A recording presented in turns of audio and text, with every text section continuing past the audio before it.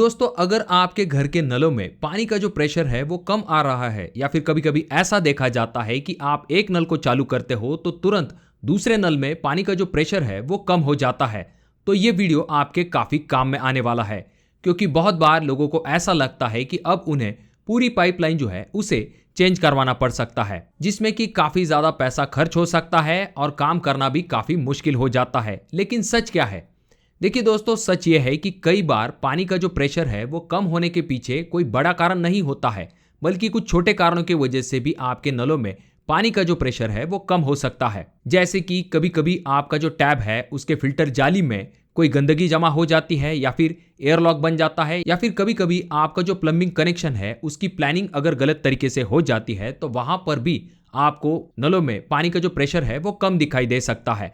तो ऐसे में दोस्तों सही तरीका क्या है? तो इसीलिए आज के इस वीडियो में हम स्टेप बाय स्टेप जानेंगे कि आखिर आपके नलों में पानी का जो प्रेशर है वो कम क्यों होता है, उसे आपको किस तरह से आइडेंटिफाई करना है, और कौन कौन से ऐसे प्रैक्टिकल सॉल्यूशन है जिनके मदद से आप अपने नलों में पानी का जो प्रेशर है उसे तुरंत इंप्रूव कर सकते हो। तो वीडियो में एंड तक जरूर बने रहे, क्योंकि वीडियो काफी काम का और इंटरेस्टिंग होने वाला है, क्योंकि हर एक स्टेप आपके लिए काफी इंपॉर्टेंट है। तो नलों में पानी का प्रेशर कम आने के पीछे बहुत सारे रीजंस हो सकते हैं।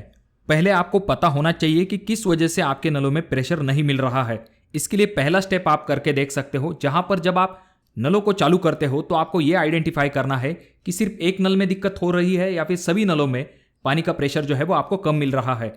अगर सिर्फ एक नल में पानी का प्रेशर कम मिल रहा है, इसका मतलब यह हो सकता है कि उस नल में दिक्कत है, और अगर सभी नलों में पानी का प्रेशर कम मिल रहा है, इसका मतलब यह हो सकता है कि पाइपलाइन में कोई दिक्कत हो सकती है। तो अगर सिर्फ एक नल में पानी का प्रेशर कम है तो यहां पर आप क्या कर सकते हो? पहली चीज आपको यह करनी है कि आपका जो नल है उसके आगे इस तरह की एक फिल्टर जाली लगी हुई होती है। आपको इसे हल्के से खोल लेना है। जब आप इसे खोलते हो तो आपको एक चीज जरूर नजर आएगी कि इस जाली के अंदर बहुत सारा कचरा जो है वो जाकर जमा हो जाता है। आपकी जो पानी की टंकी होती है उसमें मिट्टी के छोटे छोटे कण आ जाते हैं, जो कि पाइप से बहते हुए इस फिल्टर जाली के अंदर फंस जाते हैं। इस फिल्टर जाली के होल छोटे छोटे होते हैं और उनके अंदर जब ये कण जाकर फंस जाते हैं तो जाली से पानी जल्दी बाहर निकल नहीं पाता है, जिस वजह से आपको पानी का प्रेशर बहुत ही कम मिलता है। जब आप इस फिल्टर जाली को खोल लेते हो तो आपको अच्छे से इसको साफ कर लेना है। अगर जरूरत पड़े तो आप इसे चेंज भी करवा सकते हो। जब आप इसे अच्छे तरीके से क्लीन कर लेते हो तो वापस से आपको इस जाली को लगा देना है। इस फिल्टर जाली को जब आप लगाते हो तो आपको ज्यादा टाइट नहीं करना है, इससे आपका जो फिल्टर है वो टूट सकता है और आपको पानी का प्रेशर पहले जैसे अच्छे से मिल पाता है, तो इसका मतलब आपका प्रॉब्लम जो है वो सॉल्व हो गया।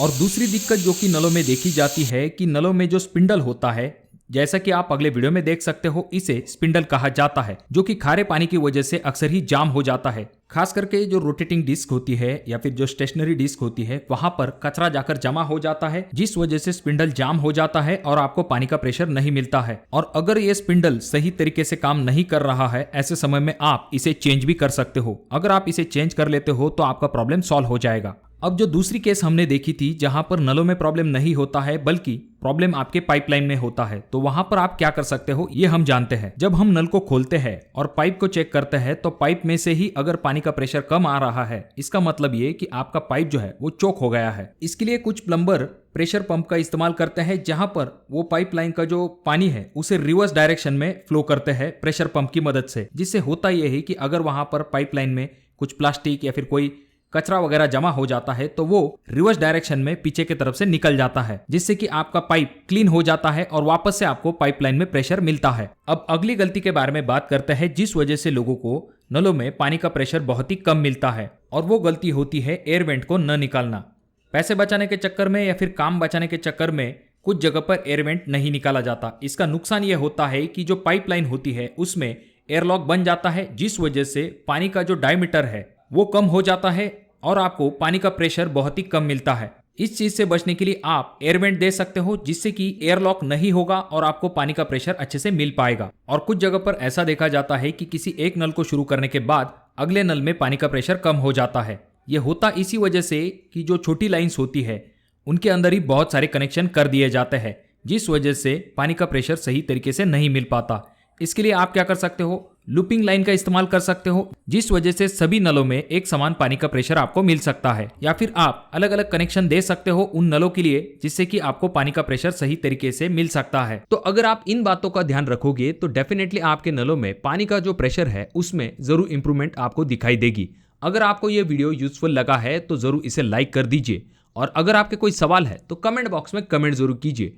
वीडियो अगर आपको अच्छा लगा हो तो जरूर इसे लाइक कर दीजिए, बहुत ज़्यादा ही अच्छा लगा हो तो अपने दोस्तों के साथ ज़रूर शेयर कीजिए। और ये जो दोनों वीडियो है इनमें से कोई एक वीडियो आपके ज़रूर काम में आ सकती है।